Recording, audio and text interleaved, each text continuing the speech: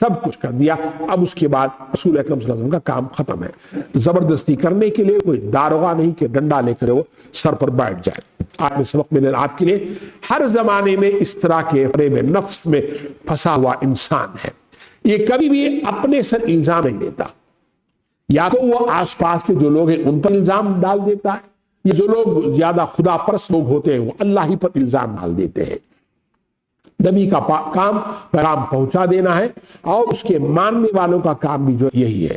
لوگوں کا حساب لینا یہ اللہ کے ذمہ ہے. غور کریں، ہر فرقے کے نزدیک بعض کام برے ہوتے ہیں. بعض کام مکے والے بھی جو ہے کچھ کاموں کو برا سمجھتے ہیں. جھوٹ بولنا ان کے برا تھا. ابو سفیان نے جو ہے وہ نجاشی کے دربار میں اس نے کہا کہ نہیں صاحب، وہ بندہ جو جھوٹ نہیں بولتا. یہ بات اس نے بالکل اس سے کہی تھی. جھوٹ بولنا ان کے ہاں بھی معیوب سمجھا جاتا تھا. تو ان کے ہاں بھی کچھ کام ایسے تھے جو برے ہوتے تھے. تو پھر یہ بھی تو اللہ کے ایسے ہو رہا ہے بھائی. اگر آپ کے حساب سے چلے، حالانکہ آپ کے نزدیک برا ہے، مگر آپ جو دلیل دے رہے ہیں اس کے حساب سے جو جھوٹ بولنا اللہ کو پسند ہے، تبھی تو آپ جھوٹ بول رہے ہیں نا. یہ وہ چیز ہے جو لوگ سمجھ نہیں پا رہے ہیں. ہر انسان کی عقل ہے وہ مختلف ہوتی ہے، اور عقل کی ایک حد ہوتی ہے. نبوت وہاں کام شروع کرتی ہے جہاں انسان کی عقل رک جاتی ہے. حلت و حرمت کا اختیار اللہ کے ہاتھ میں ہے. آج کے زمانے میں لوگ باپ دادا کی دلیل نہیں دیتے. آج کے زمانے میں لوگ جینس کے حوالے سے بات کریں. ہم کیا کریں صاحب؟ ہمارے جینس میں ویسا ہے کہ ہم ہومو سیکسوالٹی کریں. اس میں ہماری غلطی کیا ہے؟ غلط کام کو غلط تعویل سے صحیح ثابت کرنا، یہ اصل میں اپنے خواہشات نفس کی پیروی ہے اور بدنیتی ہے. اور قرآن کہتا ہے، قرآن میں واقعات اس سے پہلے والے لوگوں نے، پرٹیکولرلی یہ جو ہومو سیکسوالٹی کی بیماری ہے، یہ پہلے والے نے بھی کیا. اگر اللہ کو پسند ہوتا تو اللہ نے ان کو کیوں ختم کر دیا؟ ان کی بستیوں کو عبرت نشان کیوں اللہ نے آج بھی بنا کر رکھا ہے؟ انسان کو اس پر غور کرنا چاہیے گا. بقول تفہیم کے یہ لوگ قرآن کی باتوں کو سنتے تو کہتے کہ وہ تو پرانے قصے ہیں. تو گویا اللہ تعالیٰ نے اس آیت میں انہی کے انداز سے جواب دیا کہ آپ کون سے ماڈل ہیں. وہی دلیل گھسی پچی باتیں جو پرانے زمانے میں لوگ کہا کرتے تھے کہ بھئی اللہ اگر چاہتا تو ہم یہ نہیں کرتے تھے، وہی بات ہم بھی دہرا رہے ہو. وہی دخیانوسی باتیں جو ہزاروں برس سے گمراہ لوگ کہتے چلے آ رہے ہیں، آپ بھی اسی دہرا رہے ہیں. مترادف دیکھ لیجئے گا 6 میں 148، 43 میں 1920 دیکھیے گا. پیغمبروں کا کام 3 میں 20 دیکھیے، 13 میں 40 دیکھیے، 5 میں 99 دیکھیے. اسی صورت میں 82 میں بھی آگے آپ کو آئے گا. پھر 24 میں 54 ہے، اور بھی بہت سارے مقامات آپ کو مل جائیں گے. آیت نمبر 36، وَلَقَدْ بَعَثْنَا فِي كُلِّ أُمَّةٍ رَسُولًا أَنِ اعْبُدُوا اللَّهَ وَاجْتَنِبُوا الطَّاغُوتَ فَمِنْهُمْ مَنْ هَدَى اللَّهُ وَمِنْهُمْ مَنْ حَقَّتْ عَلَيْهِ الضَّلَالَةُ فَسِيرُوا فِي الْأَرْضِ فَانظُرُوا كَيْفَ كَانَ عَاقِبَةُ الْمُكَذِّبِينَ.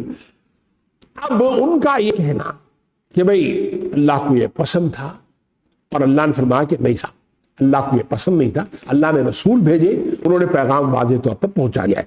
اب وہ پیغام کیا تھا، وہ مبین والا پیغام کیا تھا، اس کا ذکر اللہ نے یہاں ان آیات میں کیا ہے. اللہ فرماتے وَلَقَدْ، اور تحقیق کے، بَعَثْنَا، ہم نے بھیجا، فی کل امت، ہر امت میں. یہ جو لفظ امت ہے کئی معنوں میں آیا ہے.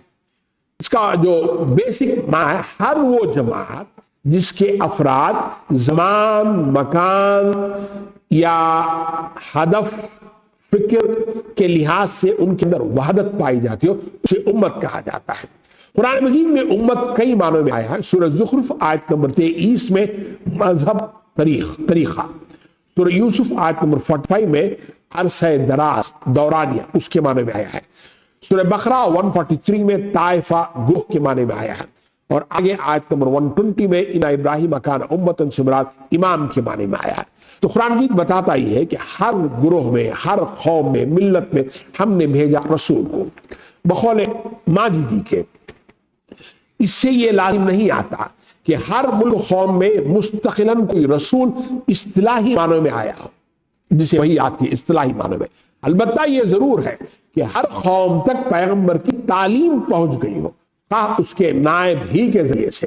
تو یہ رسول یہاں لفظی معنی میں ہے، جس سے مراد ایلچی، قاصد، پیغام رساں سب کچھ ہو سکتے ہیں.